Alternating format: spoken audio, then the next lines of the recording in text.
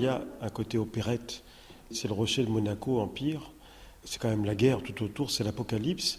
Et il y a quelque chose de tragicomique. Pourquoi ? De tragique parce que c'est la guerre, avec des privations. En ville, il y a 2000 Français qui sont là et qui parfois traînent de misère, qui souffrent d'un froid terrible et de la faim.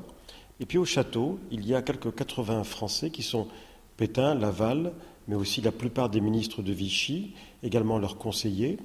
Et tous ces gens, avec leurs épouses, d'abord mangent très bien, et ensuite se livrent à des querelles intestines qui sont celles de Vichy, en fait, et qui n'ont pas changé. C'est-à-dire des questions de protocole, de privilèges, de prérogatives, pour des questions domestiques totalement dérisoires, alors que le sort de la guerre est en train de tourner.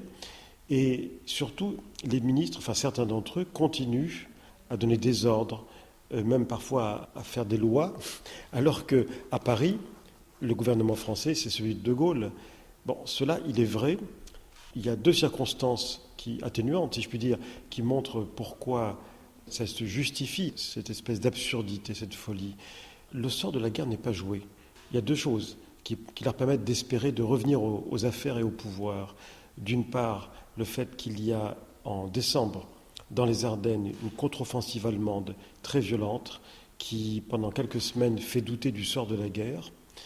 Et d'autre part, la question des armes secrètes d'Hitler, les V1, les V2, qui n'étaient pas prêtes, mais qui n'étaient pas loin d'être prêtes, et dont on parle énormément. Il y a beaucoup de rumeurs à ce moment-là, disant que ces armes vont changer le cours de la guerre.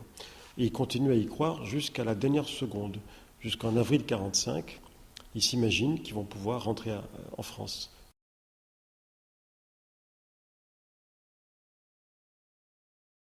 Céline, qui a raconté d'un château à l'autre sa propre vision de cette histoire, elle est restée quelques mois à Sigmaringen.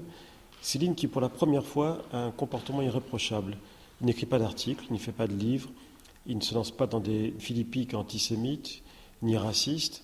Et les rares fois où il prend la parole devant des amis, devant des gens ou dans la rue, c'est pour dénoncer les collabos et les nazis, à qui il dit « vous ne comprenez rien, tout est fini, tout est fichu, et vous continuez à vous accrocher alors que la situation est désespérée ». Sinon, il consacre tout son temps à être médecin des pauvres, c'est-à-dire à soigner tout le monde. Il y a quand même 2000 Français, et que 2 médecins pour 2000 Français. Il soigne tout le monde gratuitement, bien sûr, et parfois même, comme il a emporté de l'or de Paris, il se procure des médicaments et de la morphine au marché noir en Suisse pour le donner à tous ces gens-là.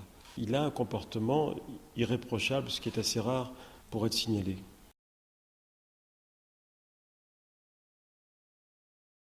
Évidemment, il y a des collabos. L'équipe de Je suis partout, par exemple, Lucien Rebatté et d'autres. Il y a également des miliciens, puisque leur chef d'Arnan est au château. Donc ils ont suivi leur chef et ils ont emmené leur famille avec eux. Donc il y a les miliciens avec des femmes et des enfants, parfois des bébés.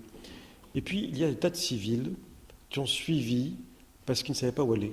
Parce qu'ils se disaient que la France allait être à feu et à sang avec les communistes qui prendraient le pouvoir. Et ils ont voulu être fidèles au maréchal Pétain en se disant, non pas idéologiquement, mais en se disant, là où est le maréchal, nous sommes protégés. Il y a une sorte de grande naïveté dans leur attitude.